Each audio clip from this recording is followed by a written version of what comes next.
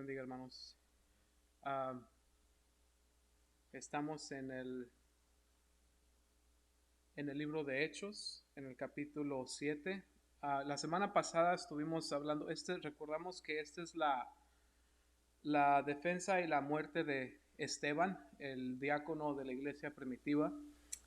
El viernes, ¿verdad? Que estuvimos en la oración aquí, les mencionaba que en los tiempos de Jesús, ¿verdad? No tenían la habilidad de decir, voy a llegar a la casa y me voy a poner a estudiar las escrituras, porque en aquel entonces la imprenta no existía, ¿verdad?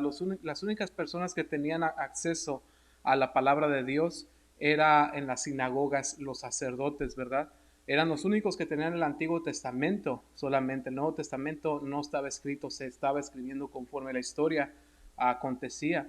Entonces, para que alguien supiera algo de la palabra de Dios, era necesario que las personas acudieran a la sinagoga o al templo para escuchar la palabra de Dios. Es por eso, ¿verdad? Que es por eso que dice Pablo en el Nuevo Testamento, dice que la fe viene por el oír y el oír de la palabra de Dios, porque era necesario que la gente escuchara la palabra de Dios. Entonces, aquí, ¿verdad? Esteban en el capítulo 7 nos está demostrando mucho conocimiento sobre las escrituras.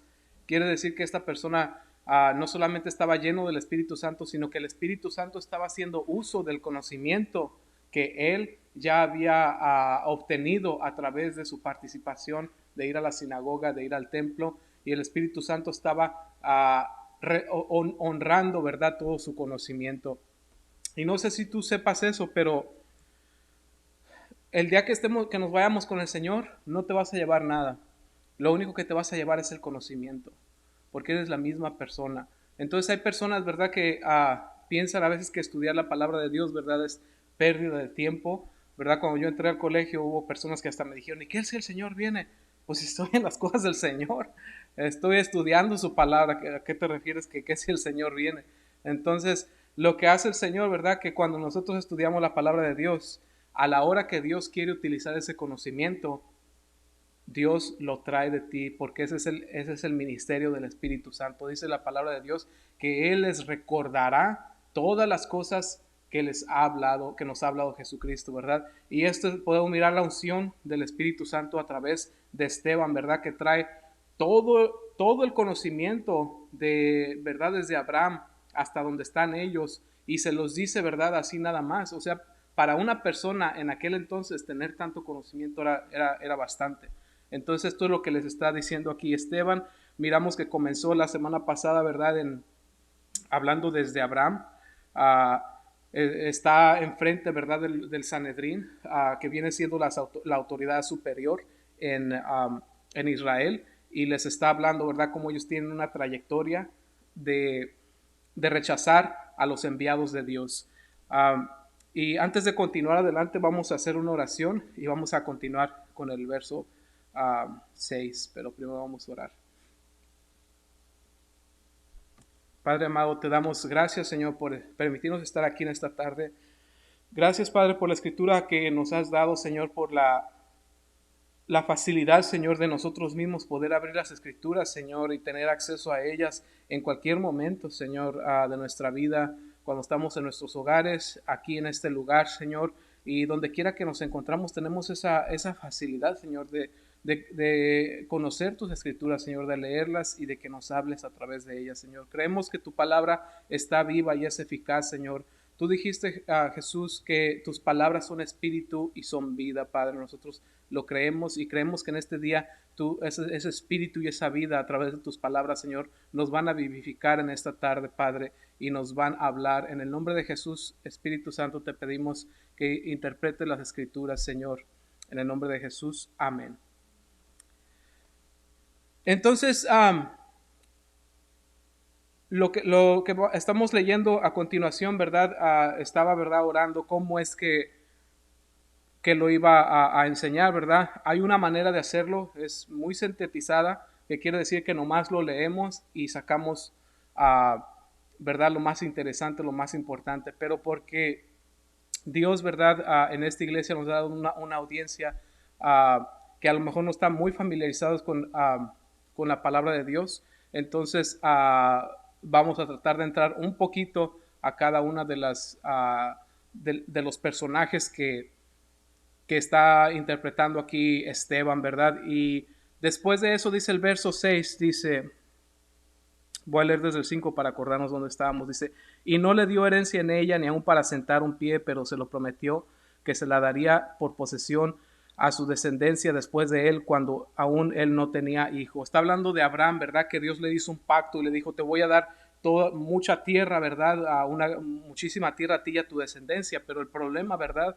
Es que él no tenía hijos. Entonces, y ese fue un problema, ¿verdad? Fue una promesa que en realidad Abraham nunca miró.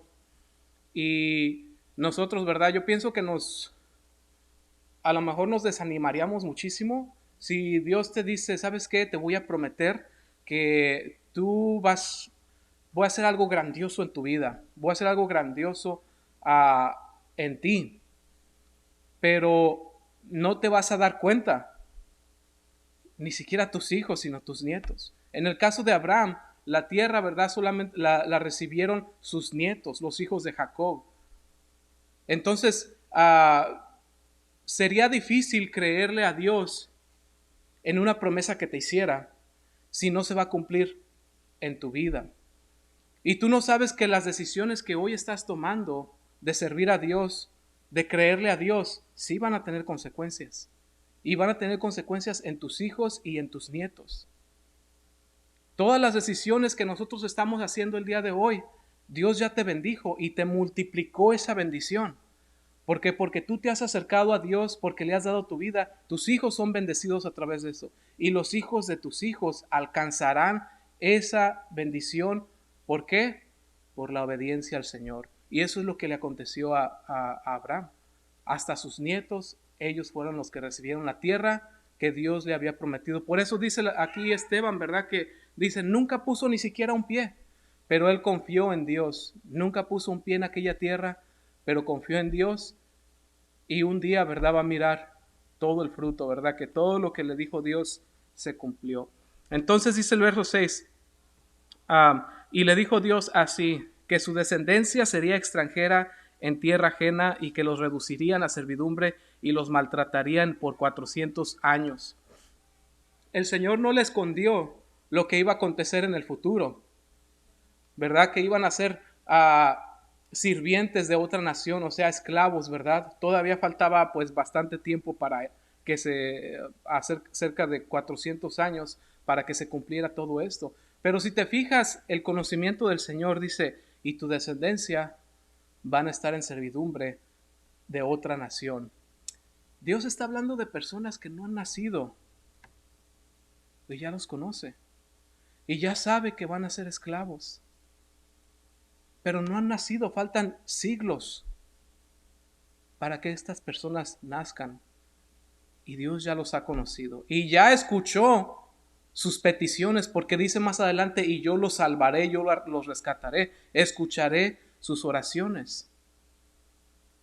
¿Sabes que Dios ya te había visto? Que Jesús ya te conocía, no cuando estaba clavado en la cruz, sino antes de la fundación del mundo. Él ya te conocía. Eso es lo que dice la palabra. Nos escogió en Él antes de la fundación del mundo para que fuéramos parte de su rebaño. Entonces, le está diciendo Dios a Abraham, tu descendencia va a estar en servidumbre para otra nación, pero Él tiene cuidado de ellos. Piensa el día de hoy si tienes hijos, si vas a tener nietos o si tienes nietos, y las generaciones que vienen, ¿sabes qué? Dios ya los conoce. ¿No te da descanso? El mirar para dónde va el mundo, el pensar que todo el pensamiento del mundo se está globalizando, se está unificando, estamos siendo solamente uno y Dios está siendo excluido de todas las cosas. Una sola moneda se está tratando de poner verdad sobre todo, un solo gobierno, y nos da miedo tener hijos, nos da miedo traerlo al mundo, pero ¿sabes en qué tienes que descansar?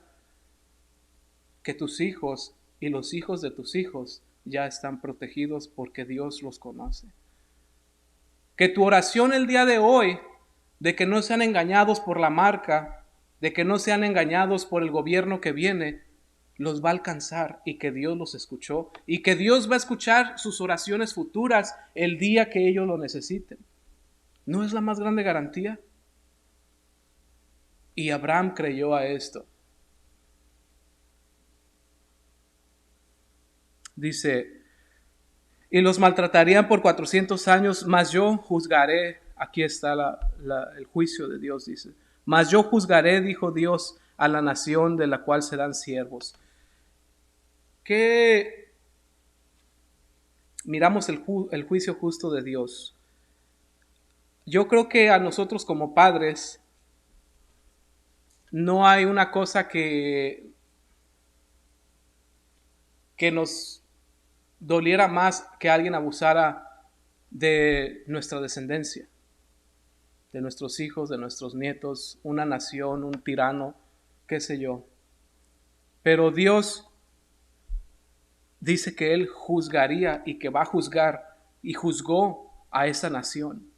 Estaban en total protección de Dios. En Dios tienes la mejor protección y tu familia tiene la mejor protección. Sin Dios no tienes nada de protección. La gente que está sin Dios está a merced de lo que el mundo quiera hacer. La descendencia que está fuera de Dios está a merced de lo que el enemigo quiera. ¿Quieres eso para tus hijos? La descendencia de los que han abandonado al Señor por las múltiples distracciones que están allá afuera, están sin aseguranza. Han entregado su descendencia al enemigo. Pero aquí Dios promete un juicio. Y no solamente dice, y saldrán de ese lugar con riquezas, dice, y me servirán en este lugar. Ahí está otra promesa. La descendencia del que creyó, y me servirán en este lugar. Esa es otra promesa que tiene el Señor sobre nuestra descendencia. Dice, no sé si se han fijado, pero estaba yo pensando el otro día en lo que está pasando en el mundo. ¿Qué es lo que está pasando en el mundo? Muchísimas distracciones, muchísimas cosas que hacer, muchísimas culturas que aprender, muchísimos lugares para conocer. Todo está saturado de información. La palabra de Dios dice, ¿verdad?, que en el postrer tiempo se iban a amontonar maestros, pero no maestros para bien, sino maestros que iban a solamente alimentar sus concupiscencias o sus pasiones. La pasión de hacer una cosa, la pasión de hacer otra, la pasión de colectar, tú nómbrala. Hubo una persona en el Antiguo Testamento que su corazón, ¿verdad?, se alejó de Dios o olvidó a Dios por tanta distracción. ¿Recuerdas quién era? Tenía la habilidad de tener todo lo que él quisiera. Tenía el acceso a toda la sabiduría del mundo. Tenía la mejor armada del mundo. ¿Te acuerdas quién es? Salomón. Y Salomón multiplicó sus riquezas, multiplicó sus caballos, multiplicó a su armada, multiplicó sus mujeres, sus esposas. ¿Y qué pasó? Dice la Biblia que su corazón se apartó de Dios. Lo dejó por la muchedumbre de sus pasiones. En los tiempos de Salomón la gente no tenía esas cualidades, no tenía esa, digamos, la forma de decir, oh, voy a tener 100 mujeres o voy a tener 100 casas, voy a plantar 400,000 acres de uvas, porque no tenían lo que podían. En la civilización en la que vivimos el día de hoy, tienes muchas facilidades. Casi somos como Salomón. Tenemos la habilidad, todo al acceso de nosotros mismos. Tenemos el internet, tenemos toda la información del mundo, tenemos todas las culturas del mundo, podemos ir a viajar a donde nosotros querramos, podemos invertir el dinero en una marqueta global. Y todas estas cosas han alejado a la gente y a los que deberíamos estar en la casa de Dios y no están. ¿Por qué? El efecto de Salomón. Abandonaron a Dios por la muchedumbre de las distracciones que hay afuera. ¿Y qué es lo que pasó? No sé si se acuerdan qué pasó con Salomón. Dios no le quitó el reino, no porque no lo merecía. Dice que por amor de David su siervo. Por amor de David su siervo, el reino se le dividió una generación después a Salomón.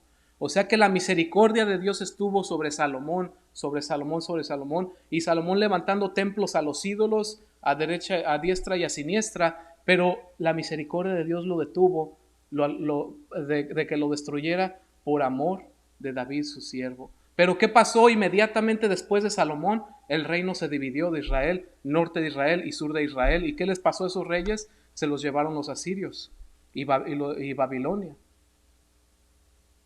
Fueron muertos a espada, fueron esclavos nuevamente. ¿Por qué? Porque habían abandonado al Señor.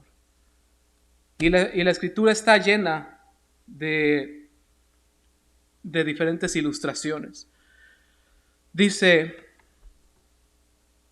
después de esto saldrán y me servirán en este lugar, dice, y le dio el pacto de la circuncisión, y así Abraham engendró a Isaac y le circuncidó al 8º día, e Isaac a Jacob, y Jacob a los 12 patriarcas. Nuevamente está hablando aquí de la historia, ¿verdad? Dijimos que el libro de Génesis, ¿verdad?, habla de todo el mundo, pero desde el capítulo 12 en adelante, ¿verdad?, empieza a hablar de Abraham, que es la persona que Dios escogió, ¿verdad?, que es de la descendencia de Set, el hijo de Adán. Y de ahí en adelante, ¿verdad?, empieza y dice, y después tuvo a este hijo Isaac y le circuncidó, porque ese era el pacto que Dios había hecho con Abraham, de que lo iba a bendecir. Y le dijo: lo único que tienen que hacer ustedes para que me sean un pueblo, ¿verdad?, diferente, es que se van a circuncidar. Era como una entrega, ¿verdad?, una señal de que estaban entregados a Dios, a Yahweh. Dice: y después Jacob dio a luz a los 12 patriarcas. Jacob, ¿verdad?, cuando el Antiguo Testamento habla de Dios, dice: yo soy el Dios de Abraham, de Isaac y de Jacob. Esas son las 3 personas que Dios menciona, ¿verdad?, casi siempre. Entonces vamos a ver quién es Jacob. Jacob es el padre de los 12 patriarcas. Si Israel fuera una nación como el día de hoy, ¿verdad?, fueran como 12 estados. En este caso son 12 personas que fueron los hijos de Jacob. Y estos, ¿verdad?, ya son lo que nosotros conocemos como Israel, los hijos de Jacob, que Jacob es el mismo que Dios cambió su nombre a Israel, ¿verdad? Y el día de hoy Israel existe, ¿por qué? Porque está aquí en este libro y existirá. Es la única nación que ha muerto y ha resucitado. Ninguna otra nación, las naciones que han dejado de ser, dejan de ser para siempre. Pero Israel, ¿verdad?, es otra profecía también, que iba a renacer, y renació en 1947. Entonces, ¿y cómo fue que Dios bendijo a Jacob con hijos? No sé si recuerdan, pero Jacob, teniendo la promesa de Dios, ¿verdad?, va y huye de su hermano, ¿verdad?, porque quería la bendición de su padre. Cuando huye se encuentra un señor que se llama Labán, ¿verdad?, y empieza a trabajar para Labán, que se convierte en su suegro, ¿verdad?, y le dice: oh, ¿sabes qué? Me gusta tu hija Raquel. Y le dice Labán, ¿verdad?, una persona bien lanza, ¿verdad?, le dice: oh, pues ¿por qué no me trabajas 7 años? Y a Jacob le pareció bien, porque dice que amaba a Raquel, ¿verdad? Entonces se pone a trabajar para Labán 7 años, y en eso se cumple el tiempo, ¿verdad? Y Jacob está contento porque por fin va a tener a su esposa. Y el día de la fiesta, ¿verdad?, las fiestas eran grandes en aquel entonces y largas, ¿verdad?, pero el día primero de la fiesta empiezan a tomar, ¿verdad?, empieza la tomadera. Ahora, quiero que sepan, cuando la Biblia dice que se emborrachan, que tomaron vino, no está hablando de jugo de uva, está hablando de vino verdadero, está hablando de vino que emborracha, no está hablando de jugo de uva. Hay personas, ¿verdad?, que quieren ser más santos que el Papa, ahora sí, como dicen, y lo que pasa, dicen: no, pues es que estaban tomando jugo de uva fermentado. Fermentado no jugo de uva emborrachaba. Entonces, a veces lo dicen esto, ¿verdad? Por piamente y por el problema que ha habido con muchas personas, ¿verdad? Que se convierten al cristianismo y no es conveniente, ¿verdad? A veces no conviene decir que sí era vino. ¿Por qué? Porque la gente que es débil en esos aspectos no lo quiere dejar después. Y es un problema. Bueno, entonces mientras Jacob está borracho, ¿verdad? Y entra a su cámara y ahí está ya la novia, ¿verdad? A lo mejor antes se cubrían. Podemos mirar en Isaac, ¿verdad? La novia de Isaac dice solamente los ojos se le miraban a la novia de Isaac. Me imagino que también a Lea o supuestamente Raquel, a la que puso Labán, el padre de la muchacha, ¿verdad? Le pusieron, en vez de ponerle a Raquel en la noche, le puso a Lea. Y Jacob no se dio cuenta, ¿verdad? Pues venía, ahora sí, sin la R, como dicen por ahí, ¿verdad? Y entró y ahí, pues hicieron lo que las personas hacen y dio a luz. Pero otro día cuando se levanta, se fija que no es Raquel la que estaba debajo del velo, sino que era Lea, la hermana mayor. Y él no quería a Lea, él quería a Raquel. Entonces va y le dice a su suegro, hey, ¿por qué me hiciste esto? Yo te trabajé por Raquel, no te trabajé por Lea. Yo no quiero a Lea.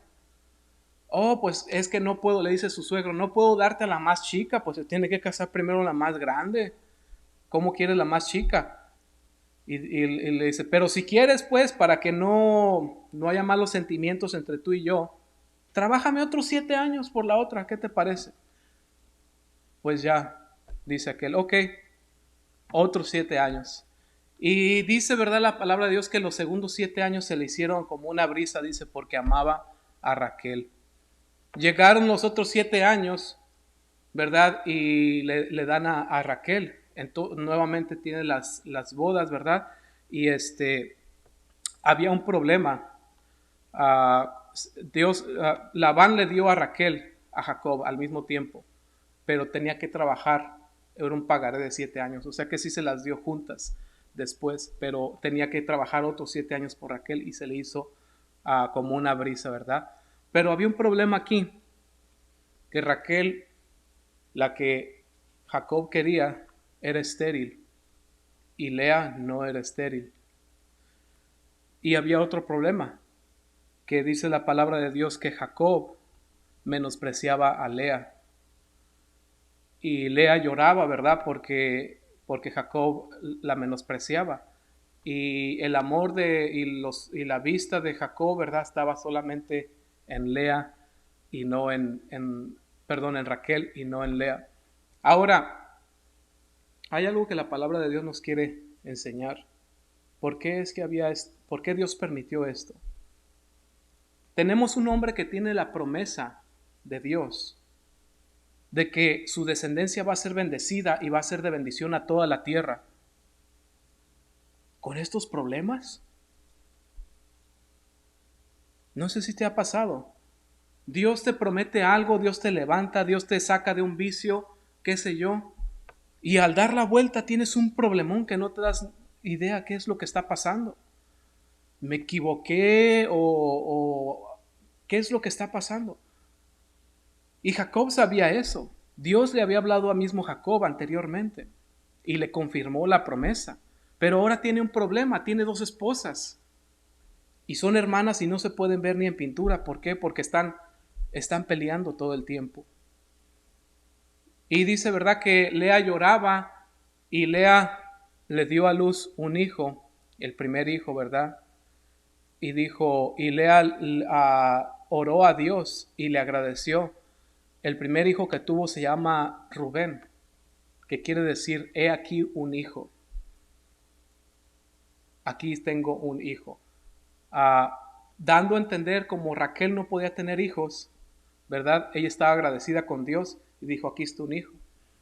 El segundo, ¿verdad? Hijo que tuvo, le puso Simeón, que quiere decir, dice Jehová, dice Dios, me miró que yo era desechada y despreciada de mi marido. Entonces Simeón significa el que me escucha.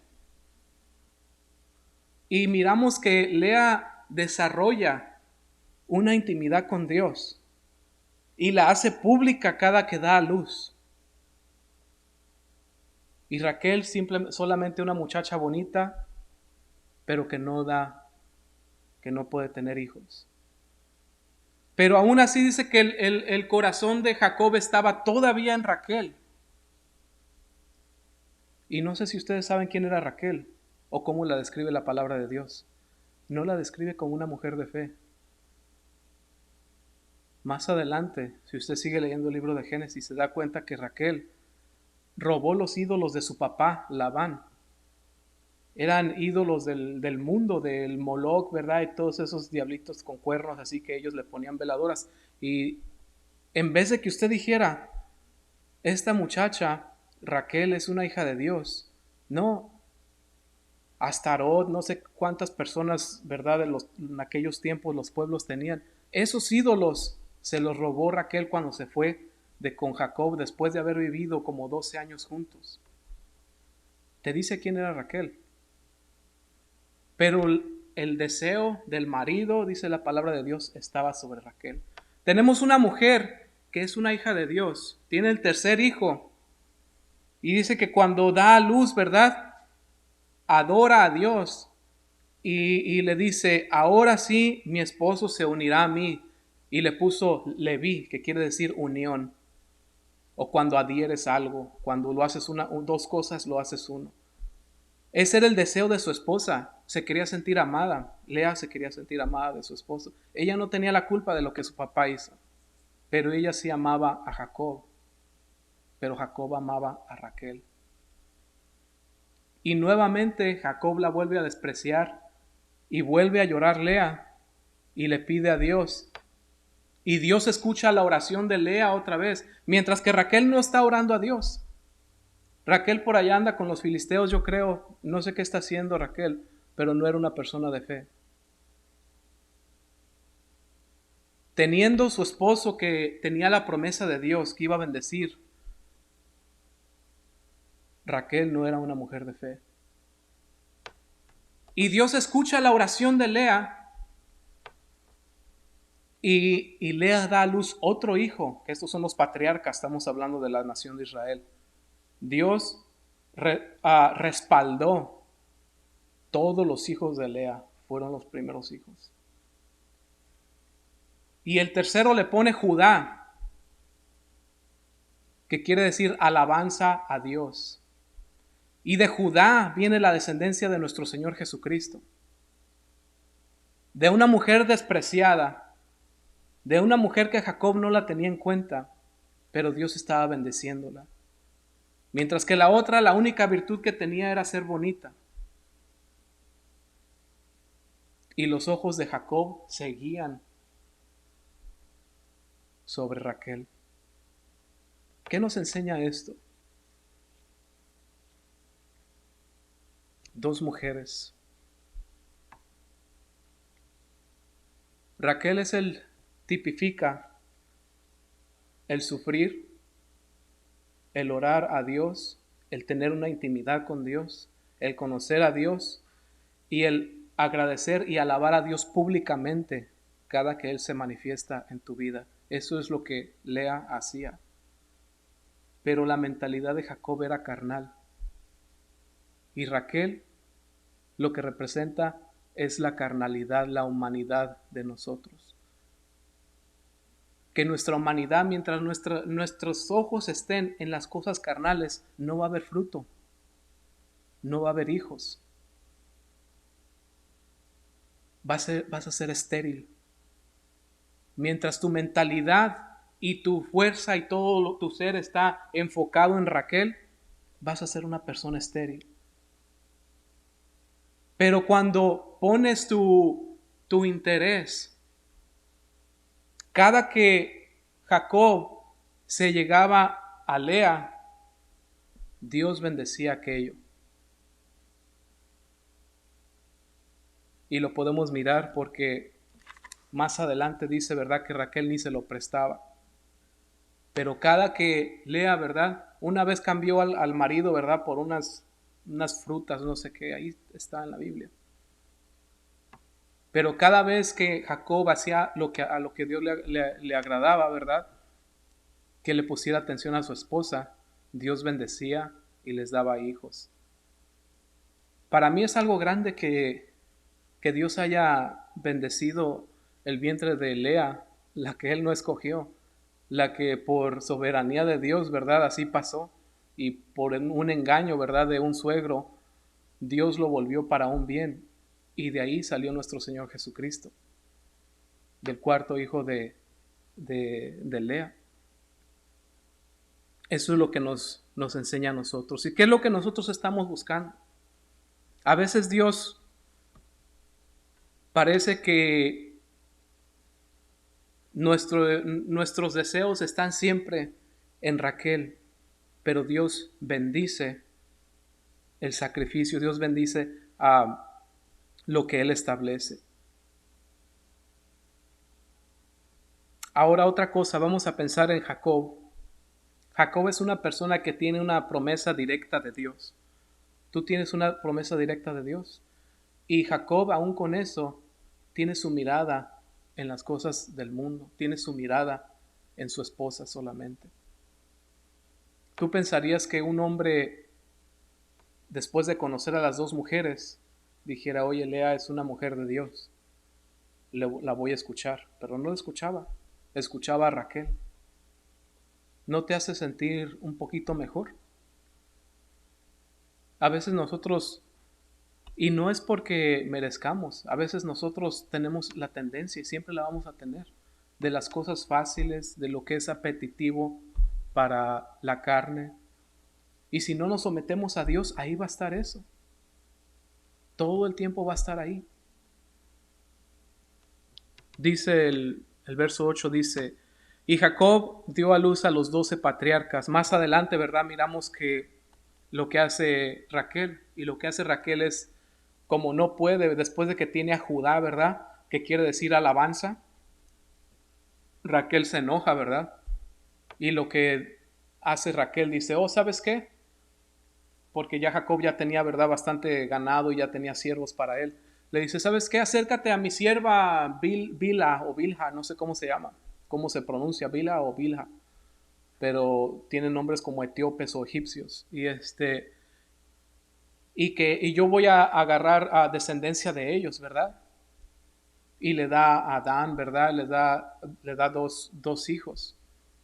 Y Lea deja de tener hijos.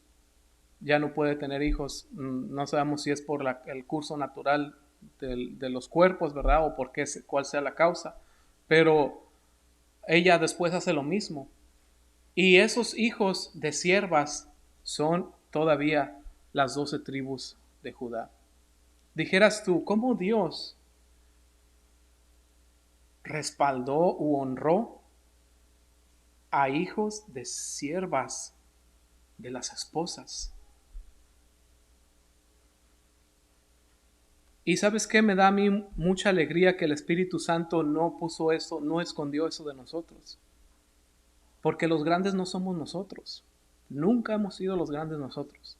El único grande es el Señor Jesucristo y te muestra que de lo roto, de lo que no sirve, de lo vergonzoso, Dios levanta y Dios restaura y Dios engrandece.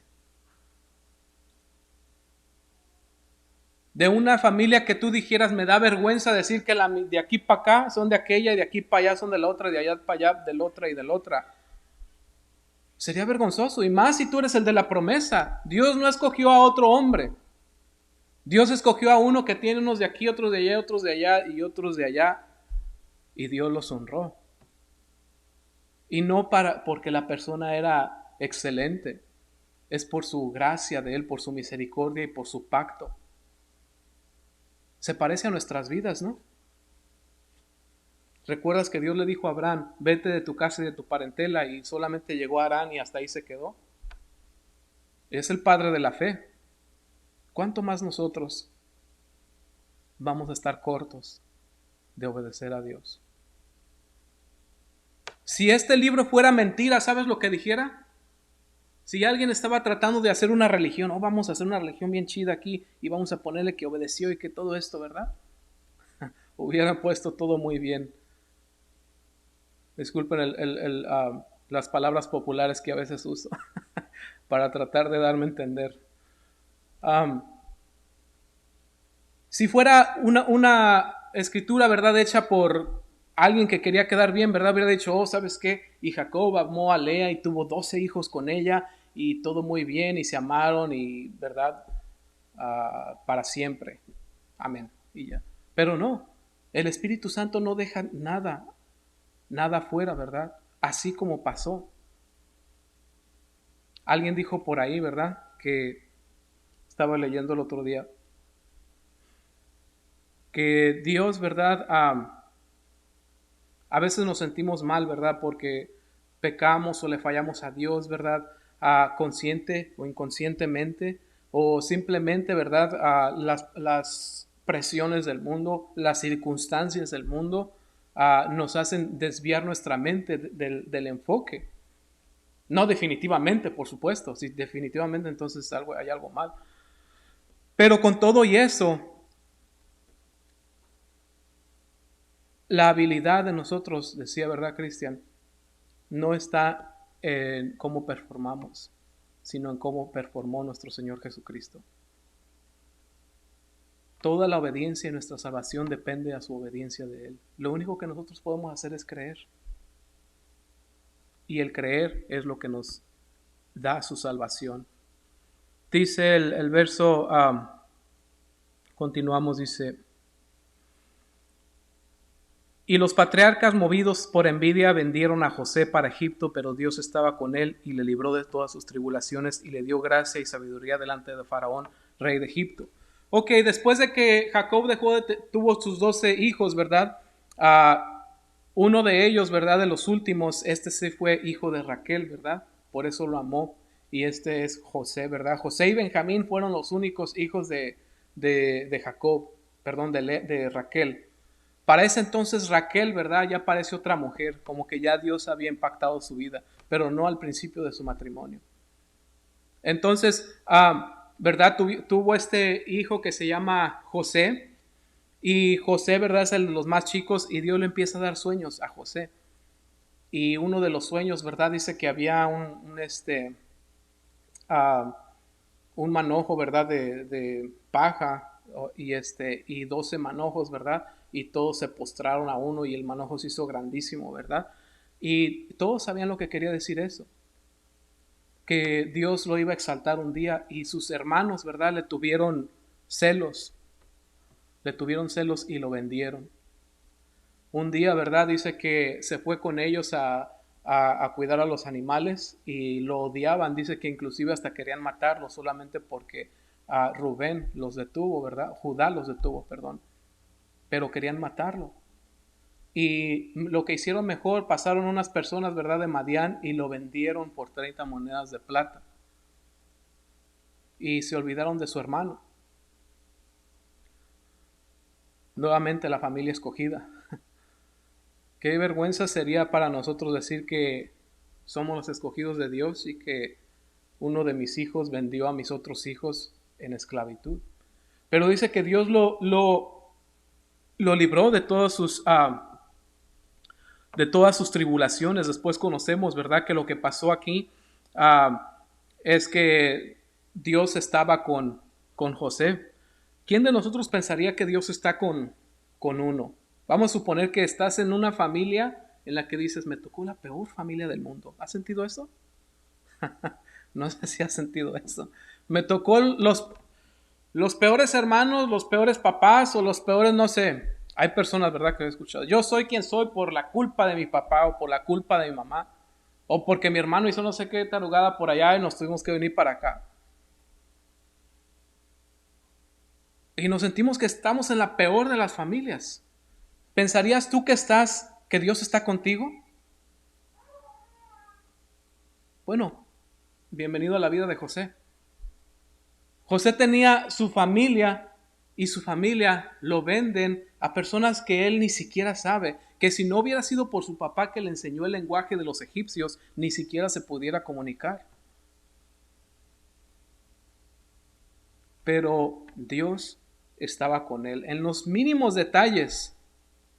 Dios ya sabía lo que sus hermanos iban a hacer y lo preparó porque su papá, Jacob, le enseñó a hablar otros idiomas, cosa que ninguno de los hermanos sabía.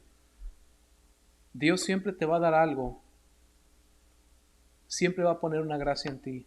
Cuando el mundo no te da ninguna gracia, cuando tu familia no te ha dado ninguna gracia, cuando no has sido el favorito de la familia, cuando todos te han menospreciado, Dios va a poner una gracia que Él sabe y que Él va a usar en tu vida para bendecirte. Y después llega ahí, ¿verdad? Y lo compra uno de los oficiales de Faraón. Y está ahí, ¿verdad? Un día ahí limpiando, ¿verdad? Y la esposa del Potifar, ¿verdad? Se llama el oficial de Faraón. Y, ¿verdad? Quería hacer cosas indecentes con él y él simplemente dice, no, pues no. Y la señora empieza a gritar y lo meten a la cárcel. Y la señora dice un falso testimonio en contra de José. ¿Y qué dice la escritura? Pero Dios estaba con él. ¿Tú pensarías que Dios está contigo? Cuando, cuando tenemos un plan, ¿sabes que José había perdido la habilidad de darle un rumbo a su vida para este entonces? Yo no sé si a ti te ha tocado estar en esa situación. Todos tenemos la habilidad de hacer de nuestro futuro lo que nosotros querramos. Pero en este punto de la vida de José, José no tiene la habilidad de decir, oh, me voy a ir a vivir para allá o voy para acá. Es esclavo. Y después de ser esclavo es prisionero. Otra gente tiene dominio sobre tu vida. Otra gente dedica y dicta lo que tú vas a hacer. Y lo tienes que hacer porque lo tienes que hacer. No tienes opción. ¿Has estado en ese lugar? La mayoría de nosotros no. Y si yo te dijera que aún en esta condición, dice la palabra de Dios que Dios estaba con él. Qué difícil mirar a Dios en esa oscuridad. Es cuando nos miramos nosotros chiquitos y miramos nuestra fe chiquita, que no nos comparamos. Dios le había dado una gracia a José, y esa gracia era interpretar sueños. Y esa gracia fue dada por el Señor, no la adquirió en ningún lado. Esa gracia que Dios puso en José fue la que lo sacó de la cárcel. Dios en su tiempo, ¿verdad? Le dio a Faraón unos sueños que nadie podía interpretar, ¿verdad? Ni los superiores de todos sus sacerdotes, ¿verdad? Y todos sus brujos, nadie podía interpretar esos sueños, ¿verdad? Pero después se acuerdan, ¿verdad? Y llaman a José, porque José había interpretado los sueños de un panadero y de un copero en la cárcel. Y cuando lo sacan, ¿verdad? José le dice al faraón, le dice, ok, lo que quiere decir tus sueños son esto, que va a haber 7 años de abundancia y siguiéndole va a haber 7 años de mucha hambre. Si no guardas comida ahorita, todo Egipto va a ser destruido, no va a sobrevivir el hambre. Entonces Dios lo exalta, ¿verdad? Exalta a José y Faraón lo exalta y le hace superior a toda autoridad en todo Egipto, de tal manera que no hay ninguno superior a él, sino solamente Faraón. Y eso es lo que dice aquí, ¿verdad? Que dice, le dio gracia y sabiduría delante de Faraón, rey de Egipto, el cual lo puso por gobernador sobre Egipto y de Canaán. Y grande tribulación, y nuestros padres no hallaban alimentos. Cuando oyó Jacob que había trigo en Egipto, envió a nuestros padres la primera vez, y la segunda, José se dio a conocer a sus hermanos y fue manifestado a Faraón el linaje de José. Y enviando a José hizo venir a su padre Jacob y a toda su parentela en número de 75 personas. Así descendió Jacob a Egipto, donde murió él y también nuestros padres, los cuales fueron trasladados a Siquem y puestos en el sepulcro que a precio de dinero compró Abraham de los hijos de Amor en Siquem. Pero cuando se acercaba el tiempo de la promesa que Dios había jurado a Abraham, el pueblo creció y se multiplicó en Egipto. Ok, hasta ahí nada más voy a leer.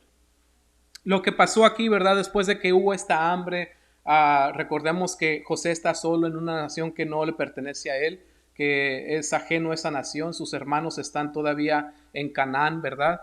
Y José ya es casi faraón, solamente faraón es superior a él. Y cuando empieza el hambre, ¿verdad? Vienen los hermanos y tratan de comprar trigo en Egipto, ¿verdad? Y él los reconoce, pero ellos no lo reconocen a él porque él ya había sido enseñado en todo lo de Egipto, ¿verdad? Era una persona ya muy educada, era una persona, a lo mejor ya estaba pelón, como yo.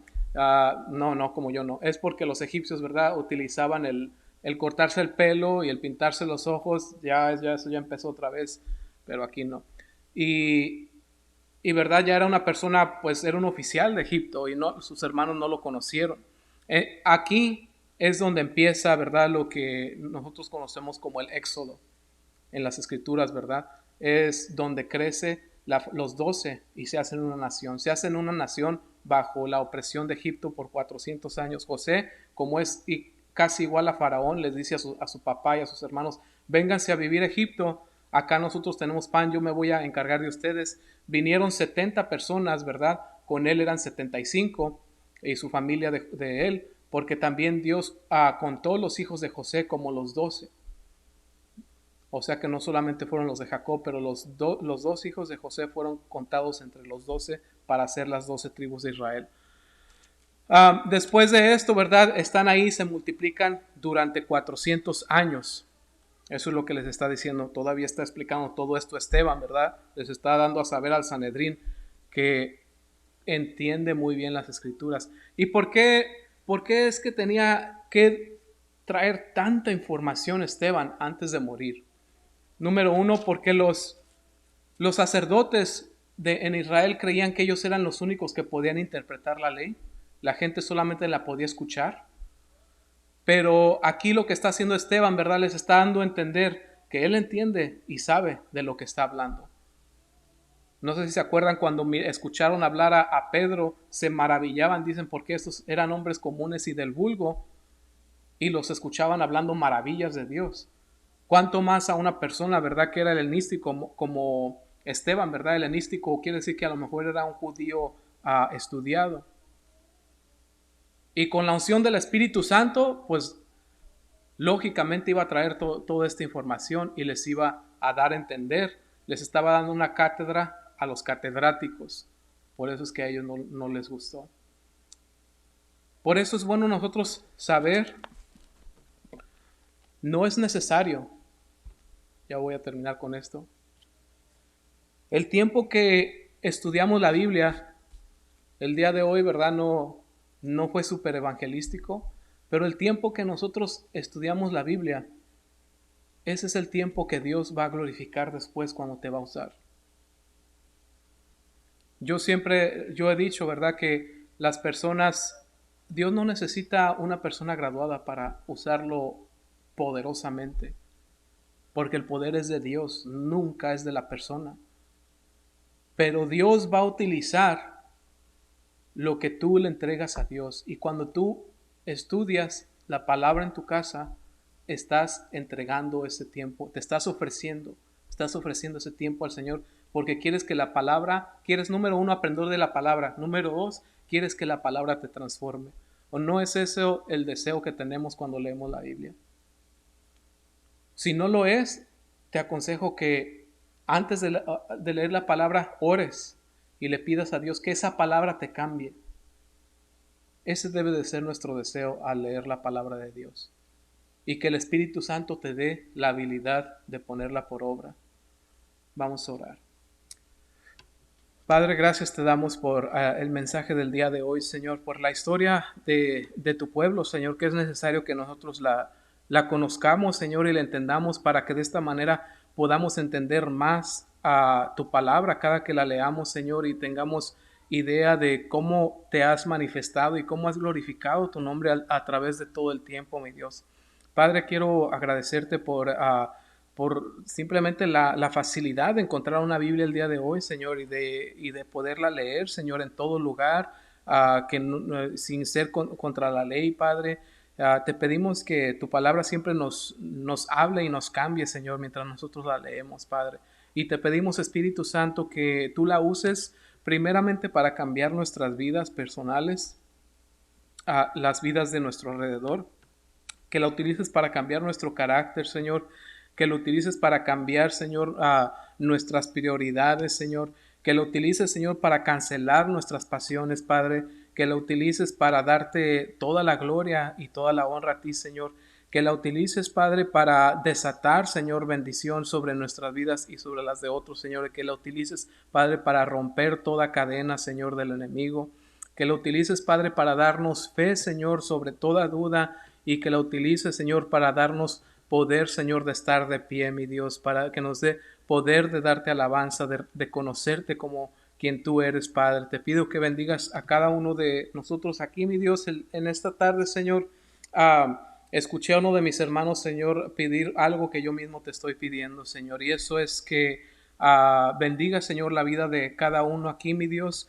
Tu palabra dice, Señor, que tú eres fiel y justo para permanecer, para hacer que permanezcamos de pie, Señor. Y eso es lo que te pedimos, que permanezcamos de pie, Señor, que tu Espíritu Santo nos dote la habilidad, Señor, de permanecer en adoración a ti, Padre, de permanecer, Señor, en fidelidad, y que si alguno, Padre, no siente, Señor, el poder serlo, Señor, es que no lo podemos ser solamente a través de ti, Espíritu Santo. Tú eres el único que puedes hacerlo en nosotros.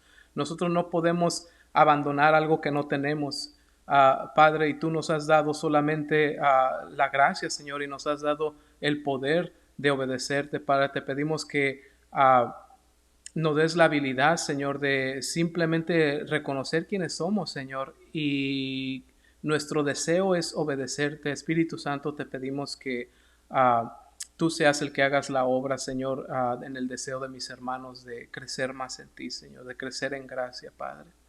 Gracias, Espíritu Santo. Acompáñanos a nuestros hogares, Señor, y guíanos, Padre, a leer tu palabra y a la oración durante la semana. En el nombre de Jesús te damos gracias. Amén.